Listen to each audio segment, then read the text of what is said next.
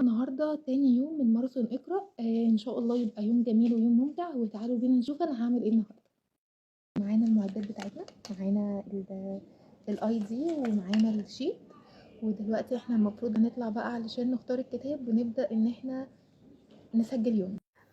هنا بقى كنت في الأسانسير، كنت طالعة B4 وهنا وصلت، كنت عمالة أتمشى عشان أدخل المكتبة. المنظر هنا كان حلو قوي وعجبني جدا جدا، وانا بتمشى لقيت الكرة الأرضية دي وقلت اما اجي اشوف كده انا هسافر فين. فضلت الفها بقى لحد ما وصلت لحد ايسلندا. هنا بقى كنت بتمشى، كنت عايزه اختار كتاب لوحدي، المكتبه كانت فاضيه جدا النهارده بجد، يعني مكانش في حد.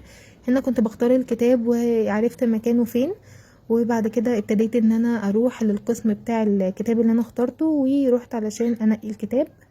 هنا بقى اخترت اول ده كتاب اخترته، كنت بوثق الشيت بعد ما خلصته هنا. الكتاب كان 17 صفحة، ما خدش مني وقت كتير، وبجد كان كتاب حلو جدا وتعلمت منه ازاي اعمل مقياس لاي حاجة، مش للزيت بس. هنا كنت بتأكد من عدد الصفحات علشان ما اكتبش زيادة او اقل. هنا بقى بعد كده ده تاني كتاب، غير العالم بروحك بشخصيتك. الكتاب كان حلو جدا وده كان الفهرس بتاعه. اكتر جزء عجبني فيه اللي هو انواع الشخصيات، كان حلو قوي وكان فيه كمان تحليل عليه. هنا بقى كنت برضو خلصت الحمد لله الكتاب، وكنت بوثق في الشيت اللي معايا. مش ما كنتش مصدقه ان انا خلصت الكتاب، كان 103 ورقه وكان حلو جدا. هنا كنت اخده استراحه شويه. هنا كنت زهقانه وملانه. رحت بعد كده اخترت كتاب تاني للدكتور ابراهيم، وبعد كده الكتاب الرابع مقياس خداع الذات، وده الشيت اليومي بتاعي. هنا كنت بتجول جوه المكتبه.